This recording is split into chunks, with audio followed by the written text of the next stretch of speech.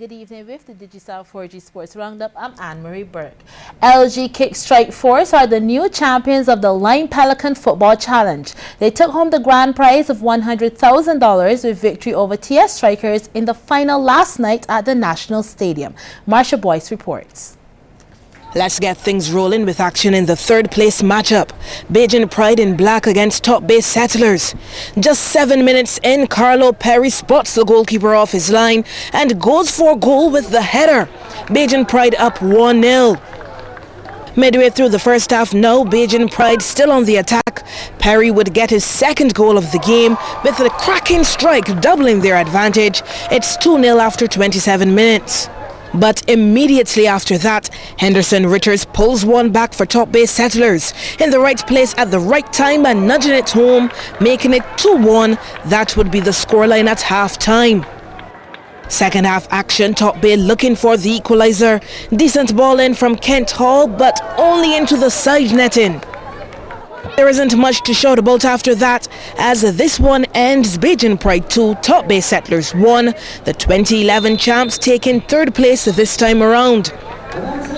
Time for the big one. TS Strikers in blue against Strike Force, $100,000 on the table. First corner of the game, promising stuff from Strike Force, but no major worries for the custodian. A few opportunities to score would come as the half progresses, but both defences try to keep things tight at the back, so it's no surprise when it's still goalless at half-time. Could either of these teams do something special in the second half? Strike Force certainly try, but are denied twice by the uprights before TS Strikers get the clearance. Now TS Strikers pressing forward with a chance of their own. Jabari Chandler gets it through the defenders, but it's just wide of the target. It's still 0-0 after 90 minutes, so to extra time we go. And there it would be Strike Force who would get the first and only goal of the game. Carl Joseph timing his jump perfectly to head it home. Strike Force up 1-0. And that single goal is all that was needed. LG Kick Strike Force, the new champions of the Lime Pelican Football Challenge. Marsha Boyce, CBC Sports.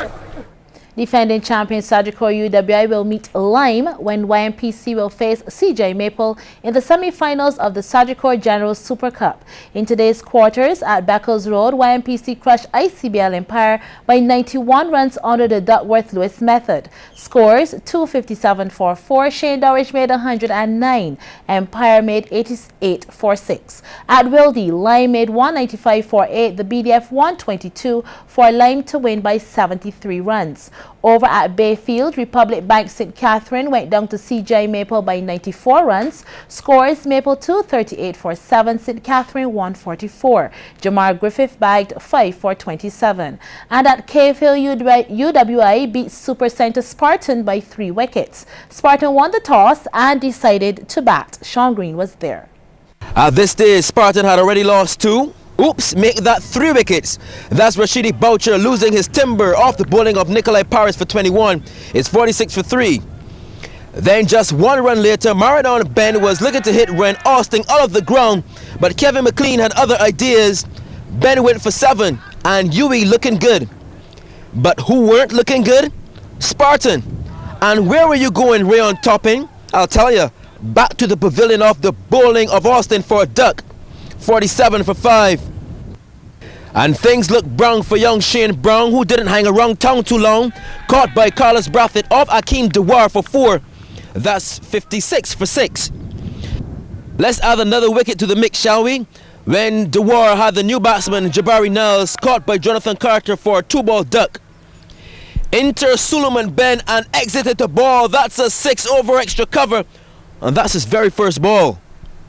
But he soon lost his partner Omar Marshall, holding out to Kyle Corbin for 11, 70 for 8, and Spartan in a deep hole.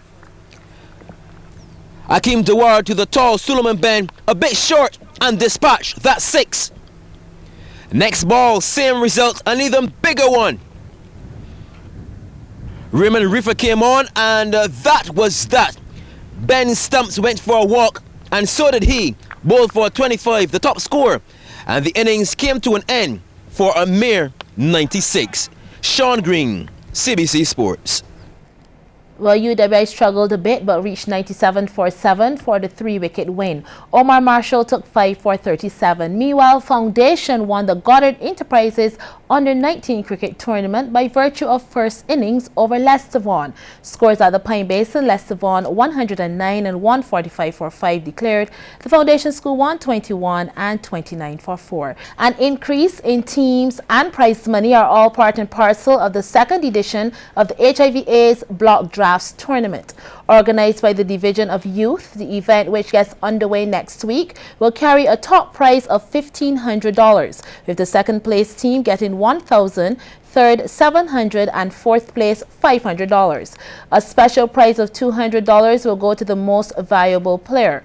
16 teams are entered, which Sports Minister Stephen Lashley says is a vote of confidence in the tournament. We have taken a strategic position to work with him and to ensure that he can help us frame programs that are designed to excite Barbadians in the art of drafts, but also programs that would actually complement our youth development strategy. So to that extent, I'm very pleased that we were able to launch this second program. Of course, we introduced it last year, and we found it to be extremely successful. Along with the HIV/AIDS Commission, this year the program has partnered with the National Council on Substance Abuse. Minister Lashley says there are tremendous benefits for youth on the block who take part in the tournament. Lineman on the corner or lineman on the block does not of itself have to be seen as a negative activity. It can be seen as positive, provided that those persons who are on the blocks see themselves as leaders in terms of positive behavior. The competition begins tomorrow at venues across the island.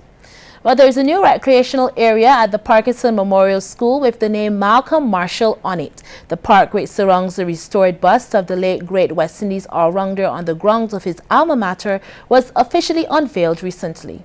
Members of the Marshall family, close friends, past schoolmates, and present students gathered in what is now known as the Malcolm Marshall Memorial Park for the official naming and unveiling of the restored bust of the late great West Indies player on the school grounds of his alma mater, the Parkinson School. Cutting the ribbon for the official opening of the park were Marshall's mother and stepfather, Jean and Colin Innes, his sister Catherine Mitchell, and daughter Shelley Marshall Haynes. Principal of the school, Jeff Brooms, assures that all will be done to preserve the park. There are three things really that we have to focus on. We have to encourage our children to respect the park, and I spoke to them about that at the assembly already this morning and about what we've been doing here. But secondly, we have got to find a way to personalize it so that when people come here, they can feel and they can see Malcolm Marshall in some way or the other. And thirdly, we have to develop a particular theme. We have to establish a way so that Malcolm's legacy, Malcolm's contribution to Barbados, the West Indies, and the world will be recognized. Brooms joined Marshall's widow, Connie Marshall, in unveiling the bust, and in offering her words of gratitude, she spoke to her late husband's humility. He was the most humble person I've ever met, and I'm glad when his accolades can be recognized. He would have been pleased to be remembered again in this fashion, very tangible. And it also pleases me to know that he will never be forgotten. Chelsea are now second in the English Premier League. The Blues beat Southampton 3-1 today to move up the table.